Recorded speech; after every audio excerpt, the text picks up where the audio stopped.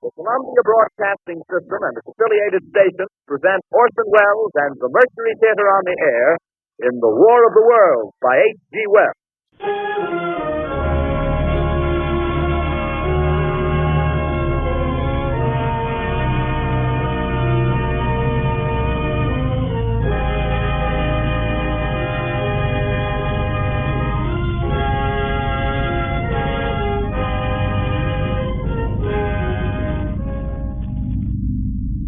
Ladies and gentlemen, the director of the Mercury Theater and star of these broadcasts, Orson Welles.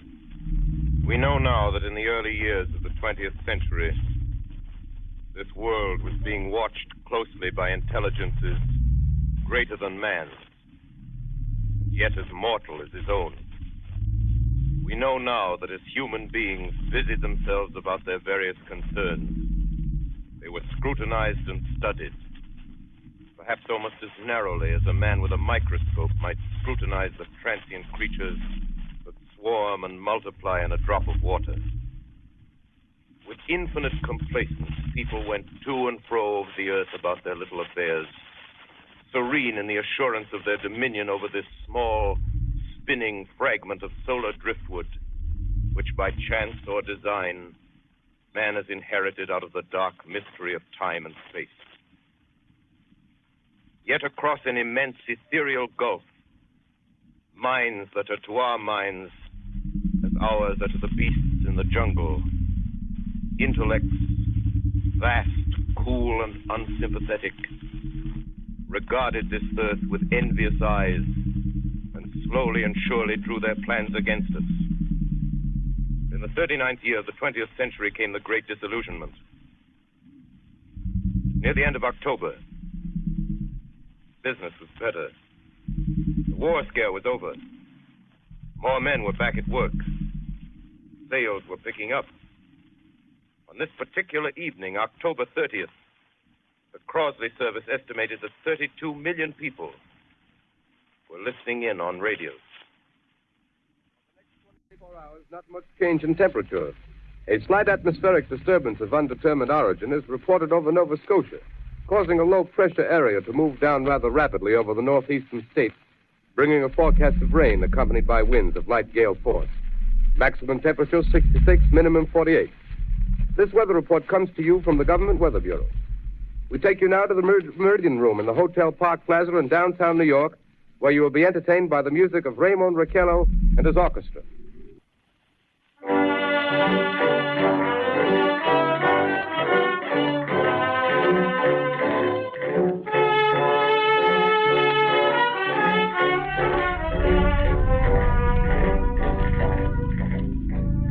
Good evening, ladies and gentlemen. From the Meridian Room in the Park Plaza Hotel in New York City, we bring you the music of Raymond Raquello and his orchestra. With a touch of the Spanish, Raymond Raquello leads off with La Comparsita.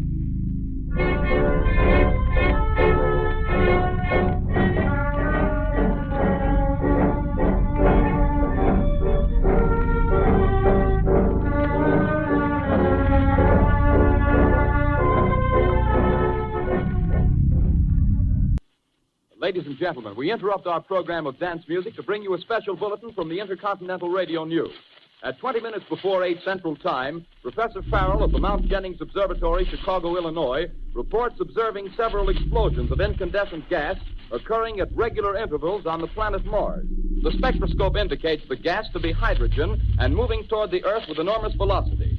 Professor Pearson of the observatory at Princeton confirms Farrell's observation and describes the phenomenon as, quote, like a jet of blue flame shot from a gun, unquote.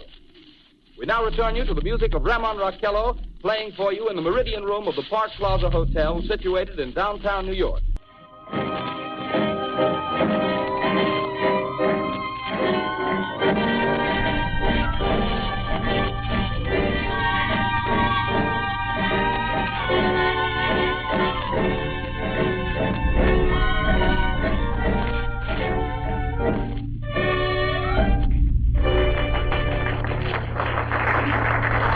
Now, a tune that never loses favor, the ever-popular Stardust, Raymond Raquello and his orchestra.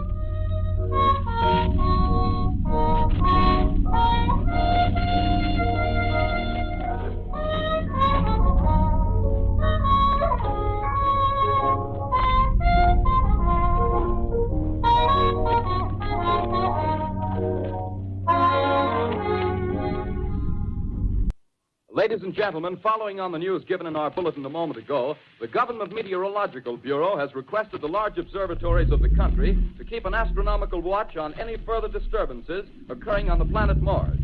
Due to the unusual nature of this occurrence, we have arranged an interview with the noted astronomer, Professor Pearson, who will give us his views on this event. In a few moments, we will take you to the Princeton Observatory at Princeton, New Jersey. We return you until then to the music of Ramon Raquello and his orchestra.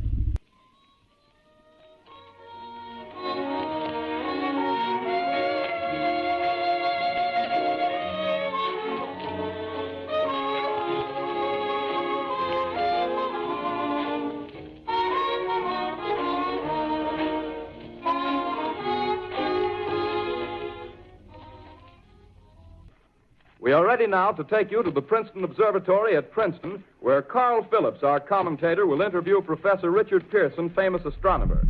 We take you now to Princeton, New Jersey.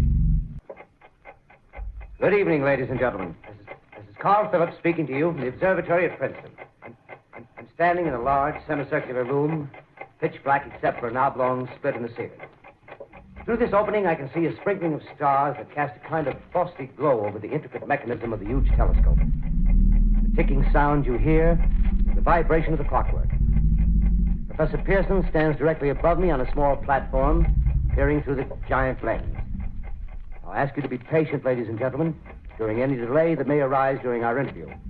Besides the ceaseless watch of the heavens, Professor Pearson may be interrupted by telephone or other communications. During this period, he is in constant touch with the astronomical centers of the world. Professor, may I begin our questions? At any time, Mr. Phillips. Professor, would you please tell our radio audience exactly what you see as you observe the planet Mars through your telescope? Nothing unusual at the moment, Mr. Phillips. A red disk swimming in the blue sea. Transverse stripes across the disk. Quite distinct now because Mars happens to be at the point nearest the Earth, in opposition, as we call it. In your opinion, what do these transverse stripes signify, Professor Pearson? Not canals, I can assure you, Mr. Phillips. They... Although that's the popular conjecture of those who imagine Mars to be inhabited. From a scientific viewpoint, the stripes are merely the result of atmospheric conditions peculiar to the planet. Then you're quite convinced, as a scientist, that living intelligence as we know it does not exist on Mars? I should say the chances against it are 1,000 to 1. And yet, how do you account for these gas eruptions occurring on the surface of the planet at regular intervals? Phillips, I cannot account for it. By the way, Professor, for the benefit of our listeners, how far is Mars from the Earth? Approximately 40 million miles. Well, that seems a safe enough distance. Just a moment, ladies and gentlemen. Someone has just handed Professor Pearson a message. While he reads it, let me remind you that we are speaking to you from the observatory in Princeton, New Jersey, where we are interviewing the world-famous astronomer, Professor Pearson. One moment, please. Professor Pearson has passed me a message which he has just received. Professor, may I read the message to the listening audience? Certainly, Mr. Phillips. Ladies and gentlemen, I shall read you a wire addressed to Professor Pearson from Dr. Gray of the Natural History Museum, New York. Quote, 9:15 p.m. Eastern Standard Time. Seismograph registered shock of almost earthquake intensity occurring within a radius of 20 miles of Princeton. Please investigate. Signed, Lloyd Gray, Chief of Astronomical Division. Unquote. Professor Pearson, could this occurrence possibly have something to do with the disturbances observed on the planet Mars? Hardly, Mr. Phillips. This is probably a meteorite of unusual size, and its arrival at this particular time is merely a coincidence. However, we shall conduct a search as soon as daylight permits. Thank you, Professor. Ladies and gentlemen, for the past 10 minutes, we've been speaking to you from the observatory at Princeton, bringing you a special interview with Professor Pearson, noted astronomer. This is Carl Phillips speaking. We are returning you now to our New York studio.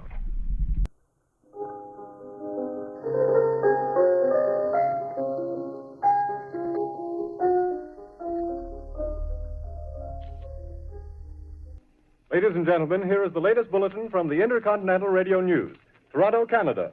Professor Morse of Macmillan University reports observing a total of 3 explosions on the planet Mars between the hours of 7:45 p.m. and 9:20 p.m. Eastern Standard Time. This confirms earlier reports received from American observatories. Now, nearer home, comes a special bulletin from Trenton, New Jersey. It is reported that at 8:50 p.m., a huge flaming object, believed to be a meteorite, fell on a farm in the neighborhood of Grover's Mill, New Jersey, 22 miles from Trenton. The flash in the sky was visible within a radius of several hundred miles, and the noise of the impact was heard as far north as Elizabeth. We have dispatched a special mobile unit to the scene, and we'll have our commentator, Carl Phillips, give you a word picture of the scene as soon as he can reach there from Princeton. In the meantime, we take you to the Hotel Martinet in Brooklyn, where Bobby Millett and his orchestra are offering a program of dance music.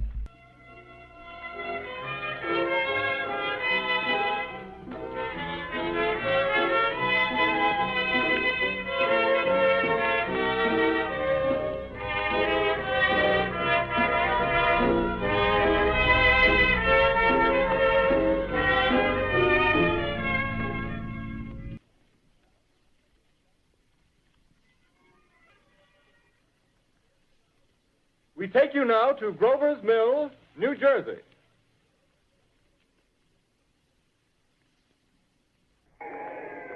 Ladies and gentlemen, this is Carl Phillips again, out at the Wilmot Farm, Grover's Mill, New Jersey. Professor Pearson and myself made the 11 miles from Princeton in 10 minutes.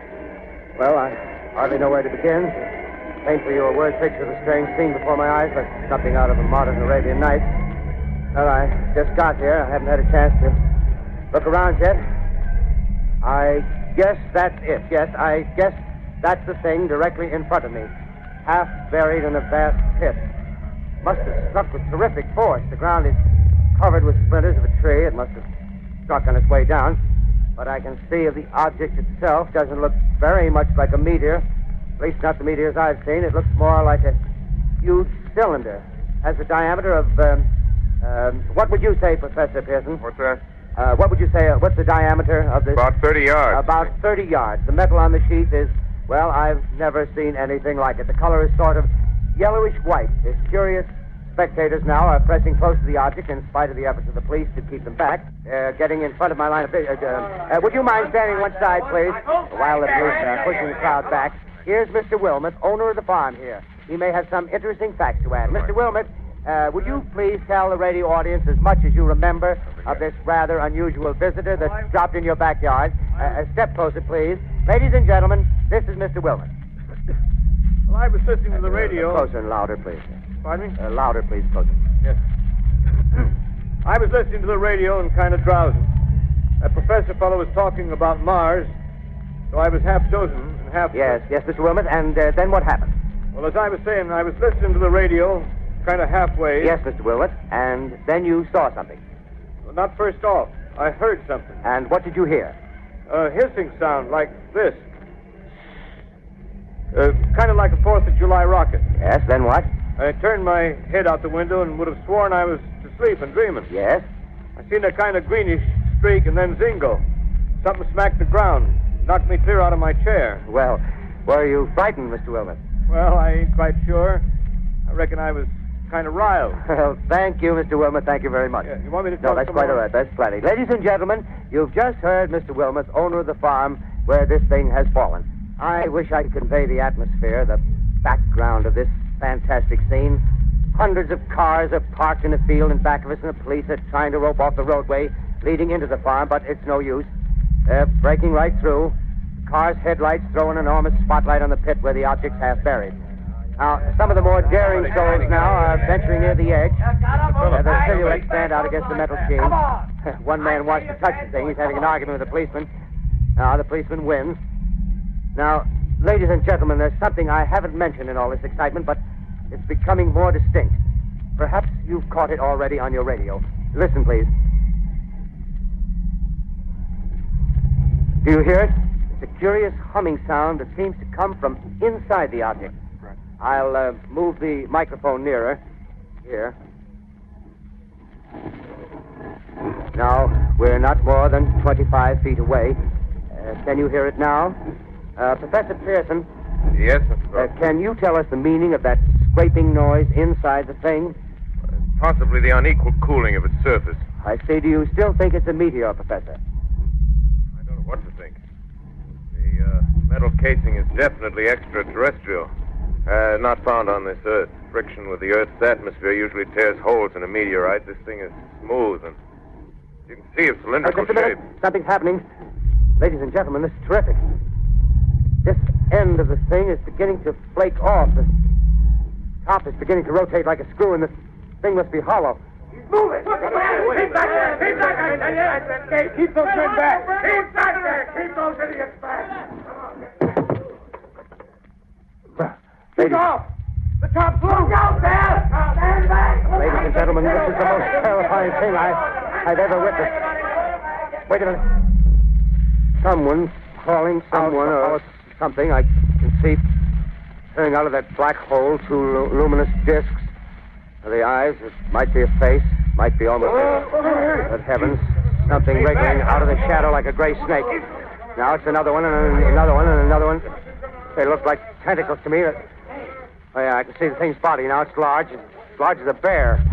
It glistens like wet leather, but that face, ladies and gentlemen, it's indescribable. I can hardly force myself to keep looking at it. It's so awful. The eyes are black, and they gleam like a serpent. The mouth is kind of V-shaped with saliva dripping from its rimless lips. It seemed to quiver and pulsate, and the monster, or whatever it is, can hardly move. It seems weighed down by possibly gravity or something. The thing's rising up now, and the crowd falls back. They've seen plenty. The most extraordinary experience, ladies and gentlemen. I can't find words.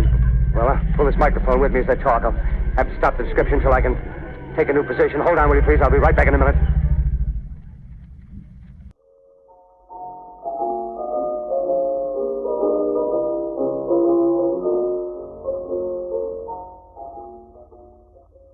We are bringing you an eyewitness account of what's happening on the Wilmuth Farm, Grover's Mill, New Jersey.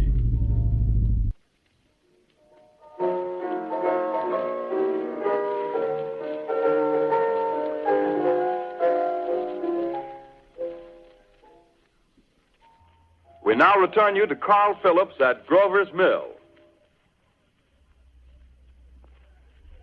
Ladies and gentlemen, am I on? Ladies and gentlemen, here I am, back of a stone wall that adjoins Mr. Wilmot's garden. From here, I get a sweep of the whole scene. I'll give you every detail as long as I can talk and as long as I can see. More state police have arrived. They're drawing up a cordon in front of the pit. About 30 of them. No need to push the crowd back now. They're willing to keep their distance. The captain's conferring with someone. Can't quite see who.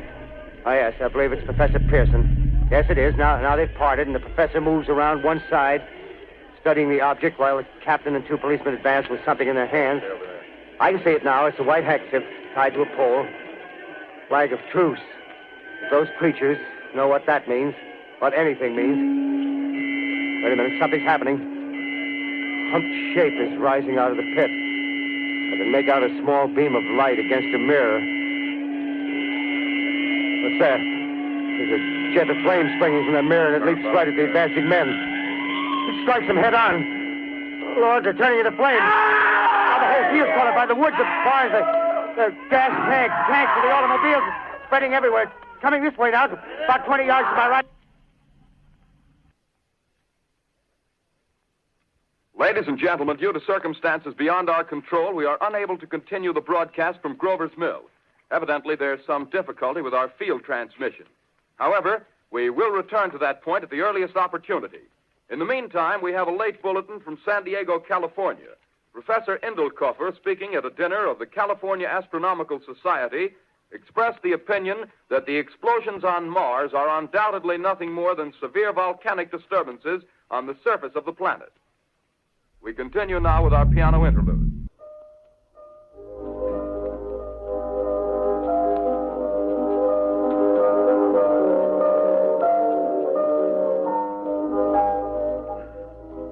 Ladies and gentlemen, I've just been handed a message that came in from Grover's Mill by telephone.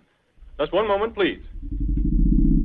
At least 40 people, including 6 state troopers, lie dead in a field east of the village of Grover's Mill. Their bodies burned and distorted beyond all possible recognition. The next voice you hear will be that of Brigadier General Montgomery Smith, commander of the state militia at Trenton, New Jersey. I have been requested by the governor of New Jersey to place the counties of Mercer and Middlesex as far west as Princeton and east to Jamesburg under martial law.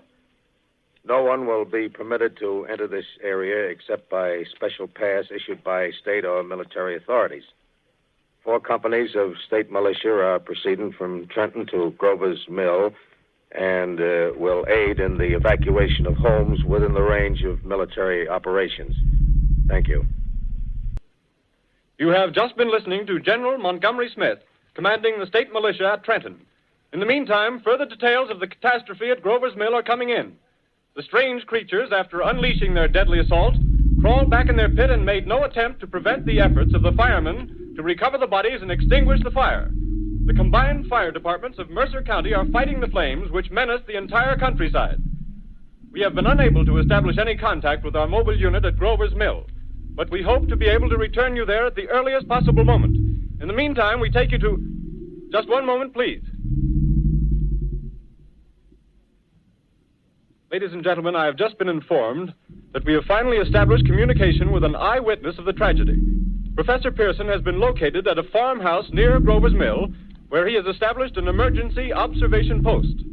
As a scientist, he will give you his explanation of the calamity. The next voice you hear will be that of Professor Pearson, brought to you by direct wire. Professor Pearson.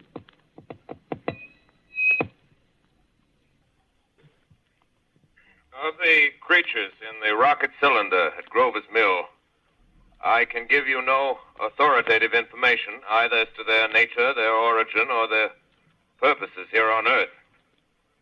Of their destructive instrument, I might venture some conjectural explanation. For want of a better term, I shall refer to the mysterious weapon as a heat ray. It's all too evident that these creatures have scientific knowledge far in advance of our own.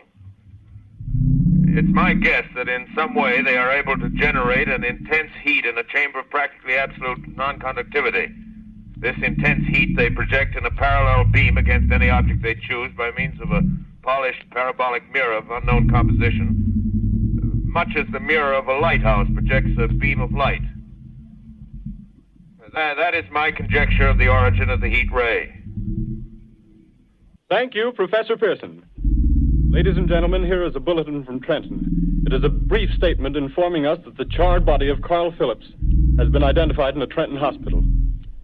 Now here's another bulletin from Washington, D.C. The Office of the Director of the National Red Cross reports 10 units of Red Cross emergency workers have been assigned to the headquarters of the state militia, stationed outside of Grover's Mill, New Jersey. Here's a bulletin from State Police, Princeton Junction. The fires at Grover's Mill and vicinity are now under control.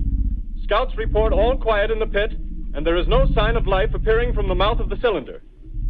Now, ladies and gentlemen, we have a special statement from Mr. Harry McDonald, Vice President in charge of operations. We have received a request from the state militia of Trenton to place at their disposal our entire broadcasting facilities. In view of the gravity of the situation, and believing that radio has a responsibility to serve in the public interest at all times, we are turning over our facilities to the state militia at Trenton. We take you now to the field headquarters of the state militia near Grover's Mill, New Jersey. This is Captain Lansing of the Signal Corps, attached to the state militia, now engaged in military operations in the vicinity of Grover's Mill. Situation arising from the reported presence of certain individuals of unidentified nature is now under complete control. The cylindrical object, which lies in a pit directly below our position, surrounded on all sides by 8 battalions of infantry, without heavy field pieces, but adequately armed with rifles and machine guns. All cause for alarm, if such cause ever existed, is now entirely unjustified. Things, whatever they are, do not even venture to poke their heads above the pit. I can see their hiding place plainly in the glare of the searchlights here. With all their reported resources, these creatures can scarcely stand up against heavy machine gun fire. Anyway, it's an interesting outing for the troops. I can make out their khaki uniforms crossing back and forth in front of the lights. Looks almost like a real war. There appears to be some slight smoke in the woods bordering the Millstone River. Probably fire started by campers. Well, we ought to see some action soon. One of the companies is deploying on the left flank. A quick thrust and it'll all be over. Now, wait a minute. I see something on top of the cylinder. No, it's nothing but a shadow. Now the troops are on the edge of the Wilmot Farm. 7,000 armed men closing in on an old metal tube. A tub, rather. Well, wait, that wasn't a shadow. It's something moving. Solid metal, kind of a shield-like affair rising up out of the cylinder. It's going higher and higher. What? It's standing on legs, actually rearing up on a sort of metal framework. Now it's reaching above the trees and the searchlights are on it. Hold on. Ladies and gentlemen, I have a grave announcement to make. Incredible as it may seem, both the observations of science and the evidence of our eyes lead to the inescapable assumption that those strange beings who landed in the Jersey farmlands tonight are the vanguard of an invading army from the planet Mars. The battle which took place tonight at Grover Mills has ended in one of the most startling defeats ever suffered by an army in modern times. 7,000 men armed with rifles and machine guns pitted against a single fighting machine of the invaders from Mars. 120 known survivors. The rest strewn over the battle area from Grover's Mill to Plainsboro, crushed and trampled to death under the metal feet of the monster, or burned to cinders by its heat ray. The monster is now in control of the middle section of New Jersey and has effectively cut the state through its center. Communication lines are down from Pennsylvania to the Atlantic Ocean. Railroad tracks are torn and service from New York to Philadelphia discontinued, except routing some of the trains through Allerton and Phoenixville. Highways to the north, south, and west are clogged with frantic human traffic. Police and army reserves are unable to control the mad flight. By morning, the fugitives will have swelled Philadelphia, Camden, and Trenton. It is estimated to twice their normal population. Martial law prevails throughout New Jersey and eastern Pennsylvania. At this time, we take you to Washington for a special broadcast on the national emergency. The Secretary of the Interior. Citizens of the nation, I shall not try to conceal the gravity of the situation that confronts the country, nor the concern of your government in protecting the lives and property of its people. However, I wish to impress upon you, private citizens and public officials, all of you, the urgent need of calm and resourceful action. Fortunately, this formidable enemy is still confined to a comparatively small area, and we may place our faith in the military forces to keep them there. In the meantime, placing our faith in God, we must continue the performance of our duties, each and every one of us, so that we may confront this destructive adversary with a nation united, courageous, and consecrated to the preservation of human supremacy on this earth. I thank you. You have just heard the Secretary of the Interior speaking from Washington. Bulletins too numerous to read are piling up in the studio here. We're informed that the central portion of New Jersey is blacked out from radio communication due to the effect of the heat ray upon power lines and electrical equipment.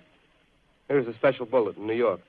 Cables have been received from English, French, and German scientific bodies offering assistance.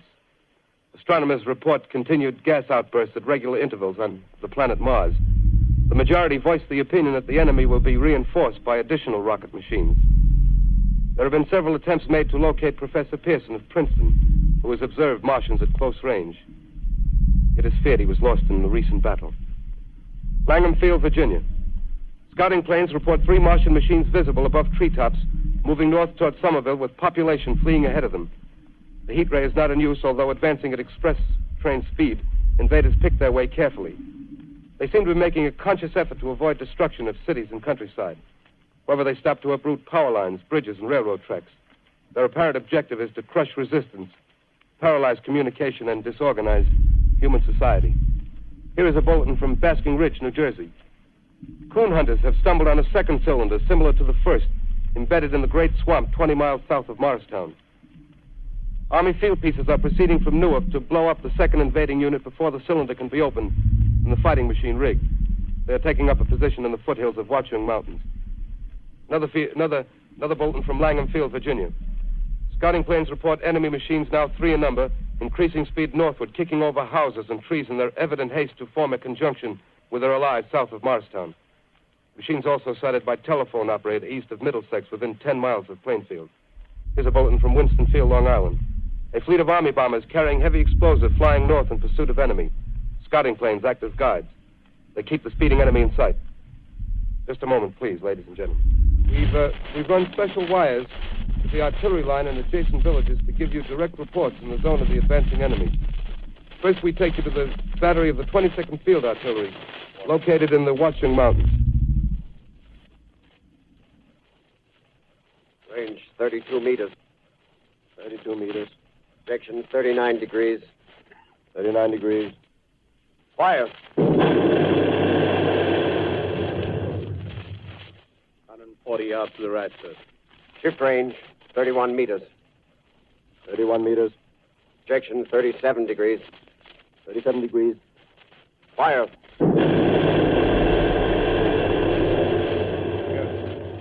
8, sir.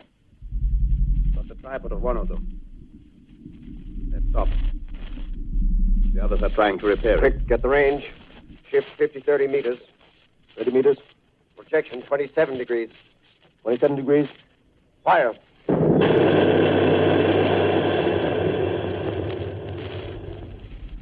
Can't see the shell land, sir. Letting off a smoke. What is it? Black smoke, sir. Moving this way. Lying close to the ground. Moving fast. Put on gas masks. Get ready to fire. Shift to 24 meters.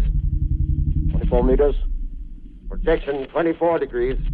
24 degrees. Fire.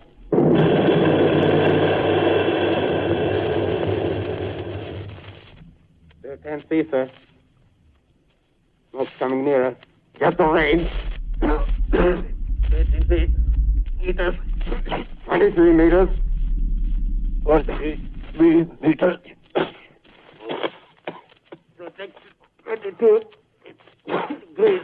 22 degrees.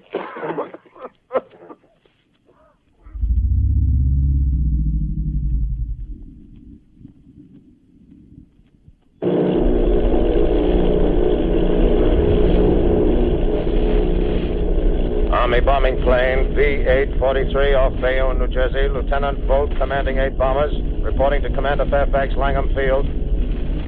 This is Volt reporting to Commander Fairfax, Langham Field. Enemy tripod machines now in sight. Reinforced by 3 machines from the Morristown cylinder. 6 altogether. 1 machine partially crippled. Believed hit by shell from Army gun in Watchung Mountains. Guns now appear silent. A heavy black fog hanging close to the earth of extreme density, nature unknown. No sign of heat ray. Enemy now turns east, crossing Passaic River into the Jersey marshes. Another straddles the Pulaski Skyway. Evident objective is New York City. They're pushing down a high-tension power station. The machines are close together now, and we're ready to attack. Planes circling, ready to strike.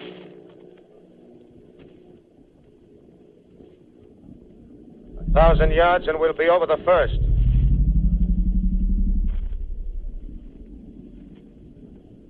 $800 yards.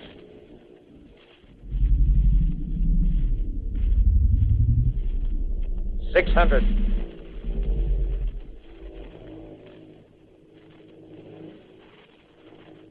400. 200. There they go. The giant arm raised. Green flash. They're spraying us with flame. 2,000 feet. Engines are giving out. No chance to release bombs.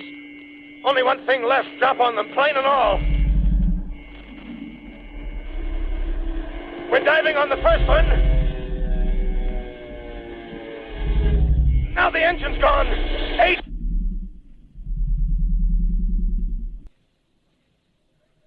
This is Bayonne, New Jersey, calling Langham Field.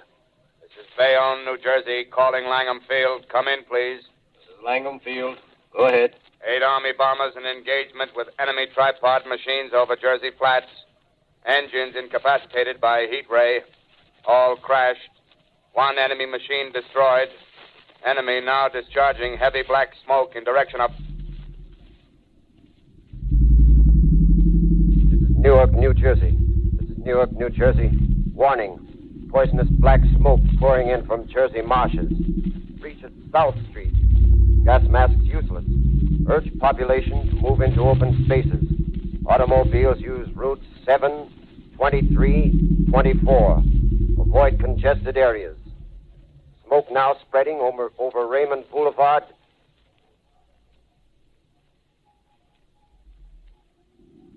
L calling CQ, 2X2L calling CQ, 2X2L calling 8X3R. Come in, please.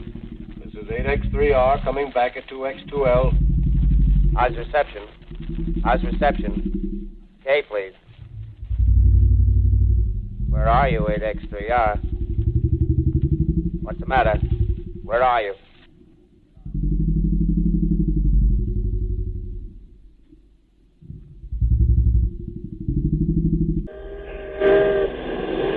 I'm speaking from the roof of Broadcasting Building. New York City. The bells you hear are ringing to warn the people to evacuate the city as Martians approach. Estimated in the last 2 hours, 3 million people have moved out along the roads to the north. Hutchison River Parkway is still kept open for motor traffic. Avoid bridges to Long Island, hopelessly jammed. All communication with Jersey Shore closed 10 minutes ago. No more defenses. Our army is wiped out. Artillery, Air Force, everything wiped out. This may be the last broadcast. We'll stay here to the end. People are holding service here below us in the cathedral. Now I look down the harbor, all manner of boats, overloaded with fleeing population pulling out from docks. Streets are all jammed. Noise in crowds like New Year's Eve in city. Wait a minute, the enemy is now in sight above the Palisades. Five great machines. First one is crossing the river. I can see it from here, wading the Hudson like a man wading through a brook. A bulletin is handed me. Martian cylinders are falling all over the country. One outside of Buffalo, one in Chicago, St. Louis. Seem to be timed in space. Now the first machine reaches the shore. He stands watching, looking over the city. Steel cowlish head is even with the skyscrapers. He waits for the others. They rise like a line of new towers on the city's west side. Now they're lifting their metal hands.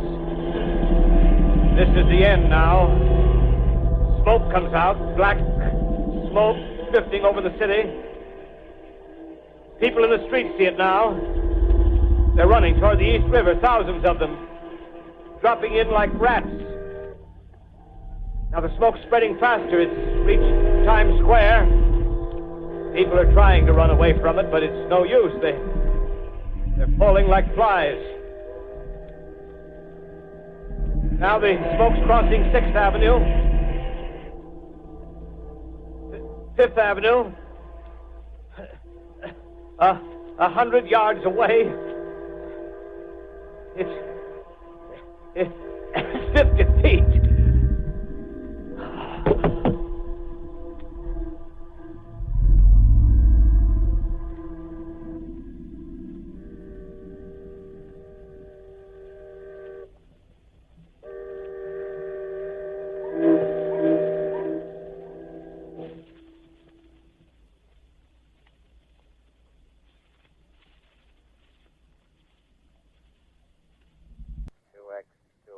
Calling CQ. 2X2L calling CQ. 2X2L calling CQ, New York. Isn't there anyone on the air? Isn't there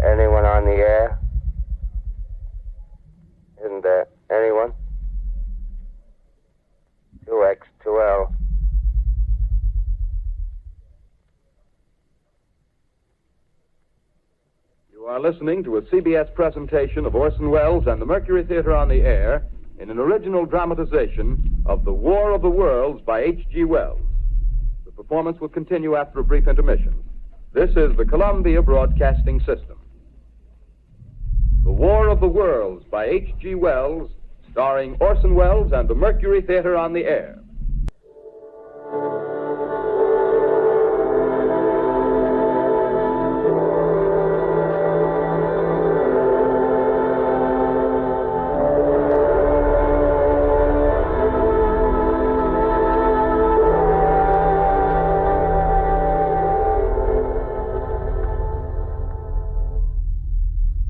As I set down these notes on paper, I'm obsessed by the thought that I may be the last living man on Earth. I've been hiding in this empty house near Grover's Mill, a small island of daylight cut off by the black smoke from the rest of the world. All that happened before the arrival of these monstrous creatures in the world now seems part of another life. A life that has no continuity with the present. Furtive existence for the lonely derelict who pencils these words on the back of some astronomical notes bearing the signature of Richard Pearson. I look down at my blackened hands and I try to connect them with a professor who lives at Princeton and who, on the night of October 20th, glimpsed through his telescope an orange splash of light on a distant planet. My wife, my colleagues, my students, my books, my observatory, my world. Where are they? Did they ever exist? Am I Richard Pearson? What day is it? Do days exist without calendars? Does time pass when there are no human hands left to wind the clocks? Writing down my daily life, I tell myself I shall preserve human history between the dark covers of this little book that was meant to record the movements of the stars. But to write, I must live, and to live, I must eat. Find moldy bread in the kitchen and an orange not too spoiled to swallow. Keep watch at the window. Time to time, I catch sight of a Martian above the black smoke. The smoke still holds the house in its black coil, but at length there's a hissing sound, and suddenly I see a Martian mounted on his machine, spraying the air with a jet of steam as if to dissipate the smoke. I watch in a corner as his huge metal legs nearly brush against the house. Exhausted by terror, I fall asleep. Morning. Sun streams in the window. The black cloud of gas is lifted, and the scorched meadows to the north look as though a black snowstorm had passed over them. I venture from the house. I make my way to a road, no traffic. Here and there, a wrecked car, baggage overturned, a blackened skeleton. Push on north. For some reason, I feel safer trailing these monsters than running away from them. And I keep a careful watch. I've seen the Martians feed. Should one of their machines appear over the top of trees, I'm ready to fling myself flat on the earth. Come to a chestnut tree. October. Chestnuts are ripe. Fill my pockets. I must keep alive. 2 days I wander in a vague northerly direction through a desolate world. Finally, I notice a living creature. A small red squirrel in a beech tree. I stare at him and wonder. He stares back at me. I believe at that moment the animal and I shared the same emotion. The joy of finding another living being. Push on north. I find dead cows in a brackish field, and beyond the charred ruins of a dairy and a silo remain standing guard over the wasteland like a lighthouse. Deserted by the sea. Astride the silo perches a weathercock. The arrow points north. North. Next day, I come to a city. City, vaguely familiar in its contours, yet its buildings strangely dwarfed and leveled off as if a giant had sliced off its highest towers with a capricious sweep of his hand. Reached the outskirts, I found Newark. Newark, undemolished but humbled by some whim of the advancing Martians. Presently, with an odd feeling of being watched, I caught sight of something crouching in a doorway. I made a step towards it, and it rose up and became a man. A man armed with a large knife. Stop! Where do you come from? I come from many places. A long time ago, from Princeton. Princeton, huh? That's near Grover's Mill. Yes. Grover's Mill. There's no food here. This is my country. All this end of town down the river. There's only food for one. Which way are you going? I don't know. I guess I'm looking for people. Hey, what was that? Did you hear something just then? No. Only a bird. A live bird. Yeah. You get to know that birds have shadows these days. Say, we're in the open here. Let's crawl in this doorway here and talk. Have you seen any Martians? No. They're going over to New York. Night, the sky's alive with their lights, just as if people were still living in it. By daylight, you can't see them. 5 days ago, a couple of them carried something big across the flats from the airport. I think they're learning how to fly. Fly? Yeah, fly. Then it's all over with humanity. Stranger, there's still you and I. 2 of us left. Yeah. They got themselves in solid. They wrecked the greatest country in the world.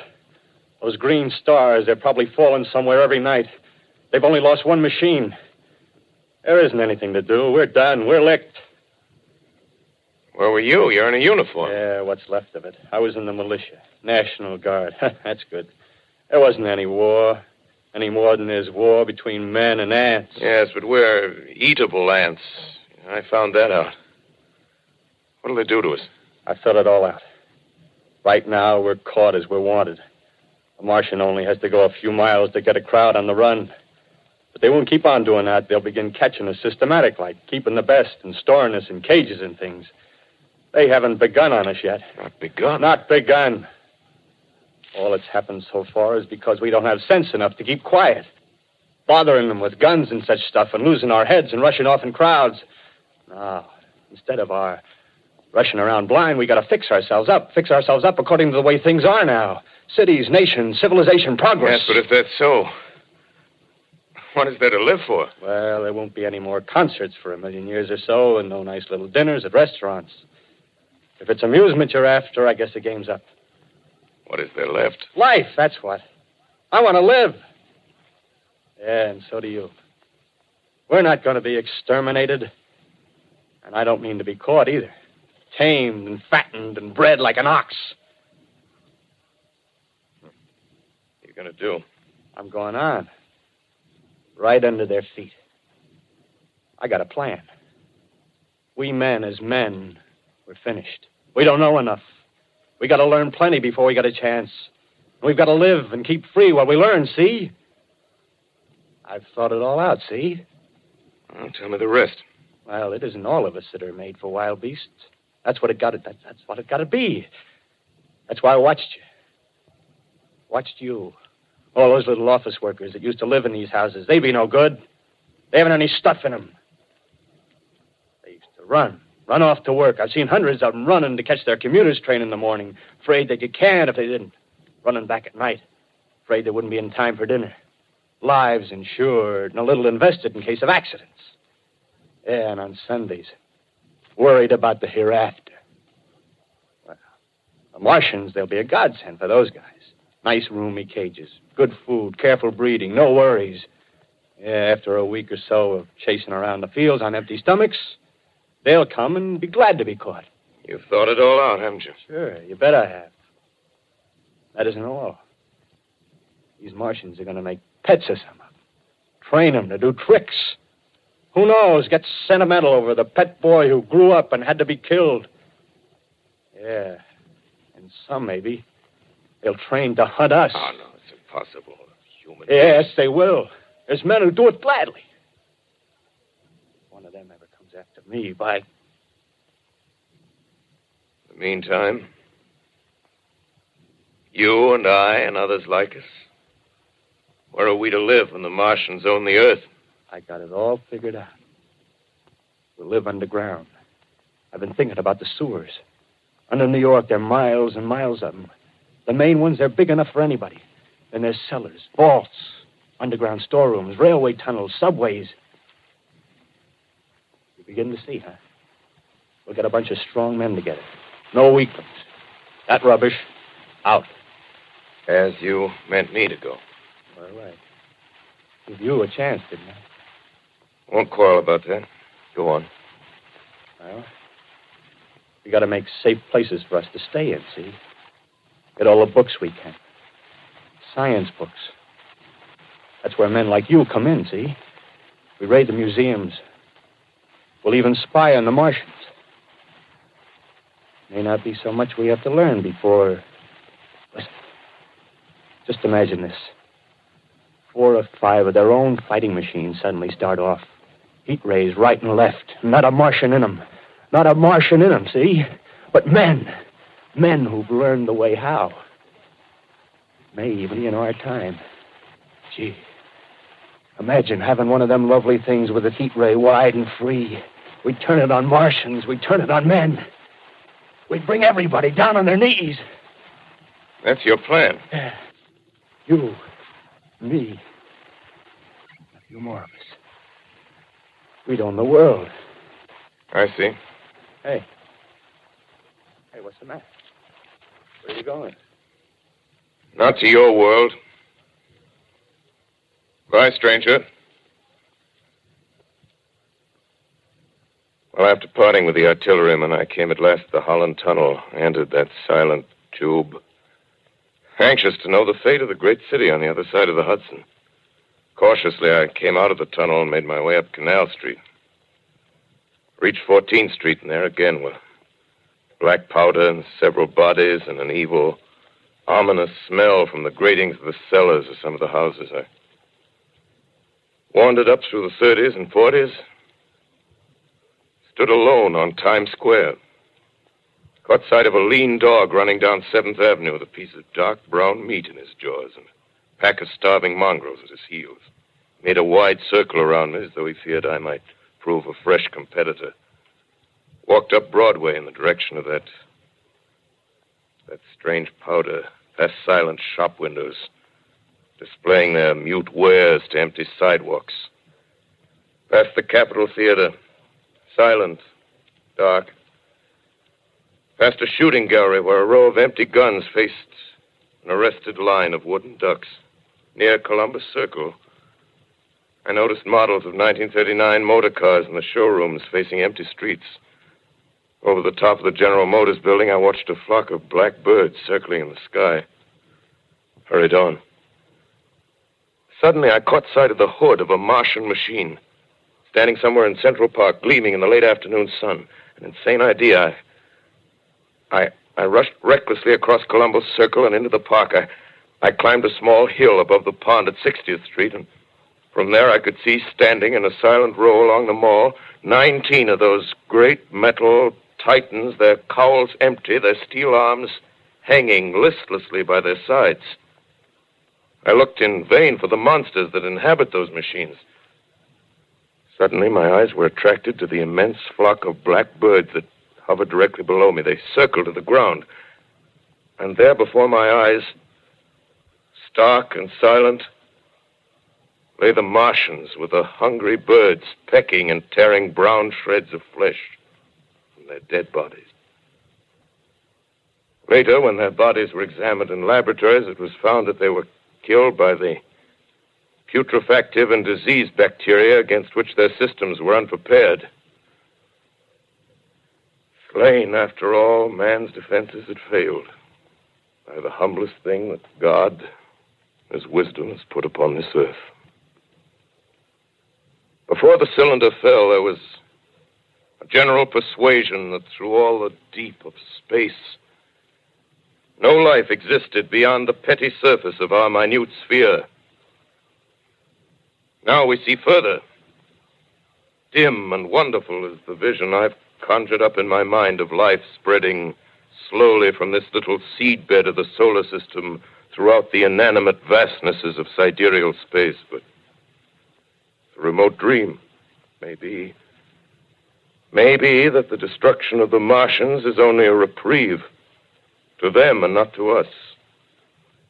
Is the future ordained, perhaps? Strange it now seems to sit in my peaceful study at Princeton, writing down this last chapter of the record, begun at a deserted farm in Grover's Mill. Strange to watch children playing in the streets.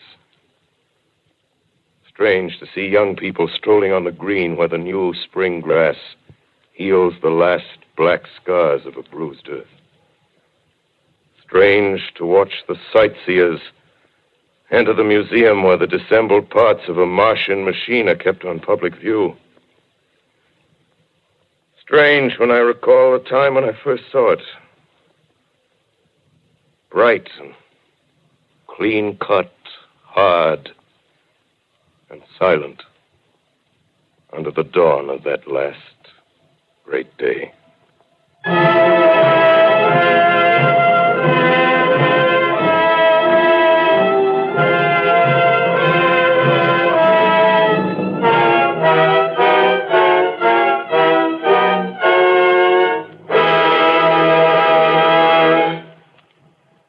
This is Orson Welles, ladies and gentlemen, out of character, to assure you that the War of the Worlds has no further significance than as the holiday offering it was intended to be.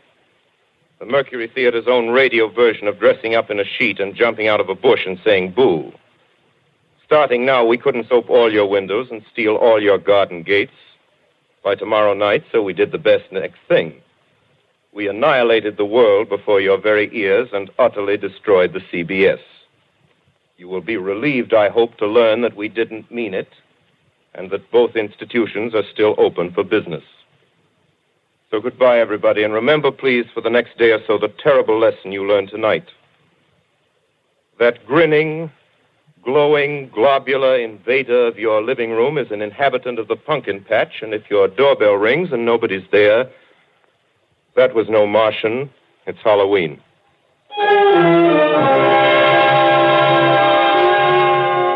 Tonight, the Columbia Broadcasting System and its affiliated stations coast to coast has brought you The War of the Worlds by H.G. Wells, the 17th in its weekly series of dramatic broadcasts featuring Orson Welles and the Mercury Theater on the air. Next week, we present a dramatization of 3 famous short stories. This is the Columbia Broadcasting System.